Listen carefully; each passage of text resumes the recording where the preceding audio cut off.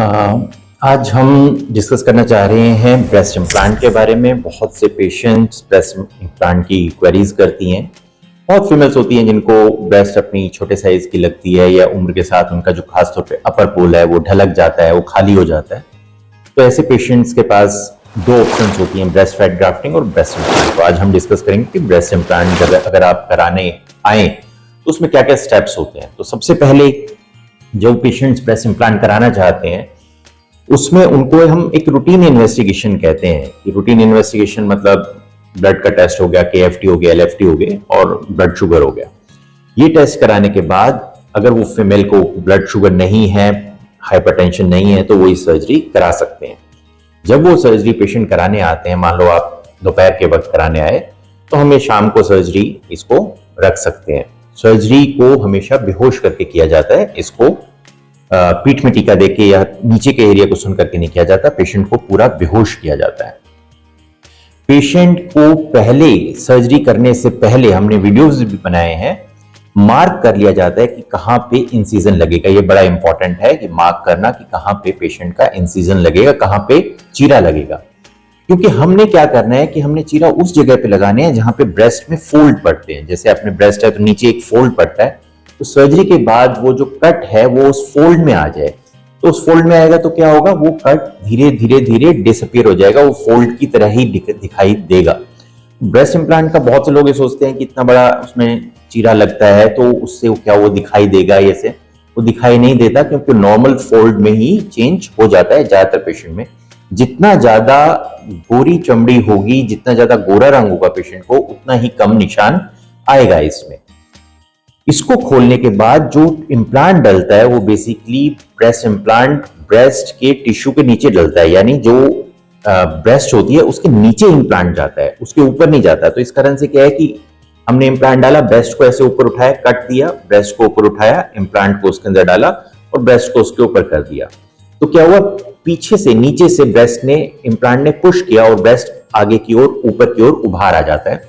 Implant different different sizes के available होते हैं, तो इसमें ये बड़ी अच्छी बात है कि जो भी आपको साइज चाहिए उस तरह का ब्रेस्ट इम्प्लांट अवेलेबल होता है। कोई फ्लैट होते हैं, कोई थोड़े उभरे हुए होते हैं, कोई बहुत ज्यादा उभरे हुए होते हैं कि आपको ब्रेस्ट कितनी आगे की ओर चाहिए। तो पहले तो साइज अवेलेबल होते हैं, यानी 200 सीसी का है, 250 सीसी का है, 300 सीसी का है, 350 सीसी का है, 400 सीसी का है, उस तरह से। लेकिन साथ साथ में उनकी शेप भी ऐसी होती है कि कुछ थोड़े फ्लैट होते हैं और कुछ उभरे हुए होते हैं। जिनको ज्यादा आगे की ओर उभार चाहिए उनको extra high profile breast implant कहते हैं, वो वाले इम्प्लांट डल जाते हैं। इस इम्प्लांट को डलने के बाद बहुत से लोग ये सोचते हैं कि क्या बच्चे को फीड कराने में, ब्रेस्ट फीड कराने में कोई दिक्कत होगी। बिल्कुल दिक्कत नहीं होती, क्योंकि हमने ये बताया कि जो ब्रेस्ट इम्प्लांट है वो ब्रेस्ट के नीचे डलता है, तो ऊपर पूरी ब्रेस्ट एज सच रह जाती है। उसका दो फायदे हैं कि ब्रेस्ट फीड में किसी तरह का कोई इश्यू नहीं होता, और दूसरा इम्प्लांट की जो शेप है वो बिल्कुल नॉर्मल रहती है, क्योंकि उसके ऊपर ब्रेस्ट की कवरिंग आ जाती है, तो वो बिल्कुल नेचुरल ब्रेस्ट जैसी ही दिखाई देती है। जब हमने ब्रेस्ट इम्प्लांट को उसके अंदर डाल दिया, हम सूचर्स को क्लोज कर देते हैं, ब्रेस्ट इम्प्लांट कंप्लीट हो जाता है। उसकी ड्रेसिंग कर दी जाती है, मतलब उसमें पट्टी लगा दी जाती है। पट्टी एक तरह से सपोर्टिव पट्टी ड्रेसिंग होती है, मतलब वो थोड़ा ब्रेस्ट को चारों तरफ से टाइट करके रखती है, जिससे ब्रेस्ट इम्प्लांट हिले ना, तो आपको कम पेन होता है। उसको जैसे अगर आप पास से ही हैं, कहीं क्लिनिक में आए हैं, गुड़गांव में पास से ही आए हैं, दिल्ली से आए हैं, तो आप जैसे हमने शाम को सर्जरी की तो अगले दिन सुबह आपको भेज सकते हैं। लेकिन अगर दूर से आए हैं तो आपको हम 36 घंटे बाद, यानी आज सर्जरी की तो परसों सुबह भेजना ठीक रहता है, क्योंकि बहुत लंबी जर्नी होती है, रास्ते में कोई पेन ना हो, कोई परेशानी ना हो। तो परसों सुबह भेजने से पहले जब हम भेजते हैं तो इस ड्रेसिंग को हटा दिया जाता है, वुंड को जहां पे टाके हैं उसको क्लीन किया जाता है, और उसके बाद वहां पे दोबारा ड्रेसिंग कर दी जाती है, और फिर उसके बाद आप घर जा सकते हैं। 1 हफ्ते की आपको दवाई दी जाती है जो आपने खानी होती है।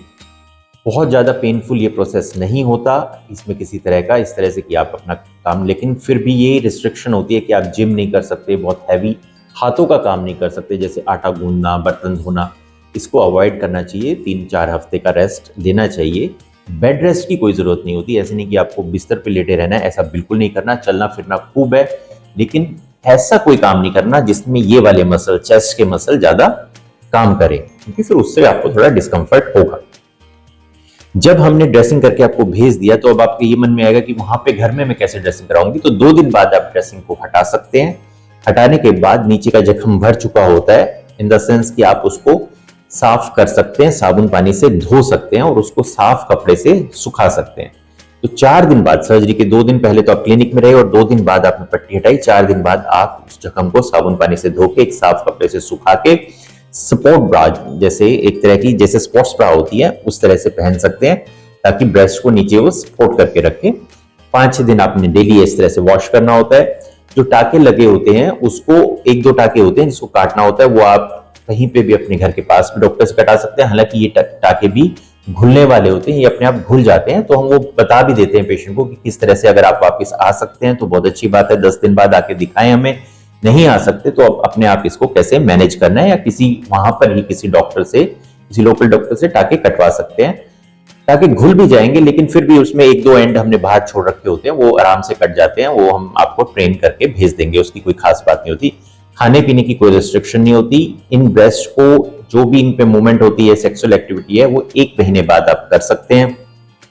ब्रेस्ट इम्प्लांट में 2 पेशेंट को एक हमेशा डर होता है कि क्या इससे कोई आगे प्रॉब्लम तो नहीं आएगी, क्योंकि फॉरेन बॉडी है। बिल्कुल एब्सोल्युटली सेफ है, लाखों लाख महिला ये ऑपरेट करा चुकी है, इसमें किसी तरह का कोई परेशानी नहीं आती है, एब्सोल्युटली सेफ होता है और ये सालों साल चल जाता है। 10 साल की गारंटी तो कंपनीज देती है, लेकिन उनको इम्प्लांट को कुछ होता नहीं, उससे भी लंबे अरसे तक ये चलते रहते हैं, कुछ भी इनका नहीं बिगड़ता हमेशा। लेकिन ये ध्यान रखें, जब भी इम्प्लांट कराएं गुड क्वालिटी इम्प्लांट कराएं, अमेरिकन इम्प्लांट कराएं। हम हमेशा अमेरिकन इम्प्लांट ही डालते हैं पेशेंट्स में।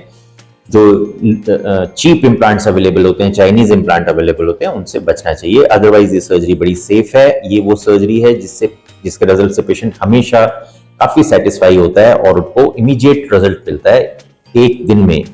पेशेंट की जो सेल्फ इमेज है वो कपड़ों के साथ, कपड़ों के बिना दोनों तरह से चेंज हो जाती है। कपड़ों के अंदर से भी ब्रेस्ट के कारण बॉडी की इमेज और बॉडी की शेप आपको अच्छे से दिखाई देती है और वो बहुत अच्छी देखने में लगती है। तो इस कारण से ब्रेस्ट इम्प्लांट सर्जरी का, जितनी भी कॉस्मेटिक सर्जरीज है, उनमें सबसे ज्यादा पॉजिटिव इफेक्ट आता है पेशेंट को और उसका जो कॉन्फिडेंस है वो इसमें बूस्ट होता है।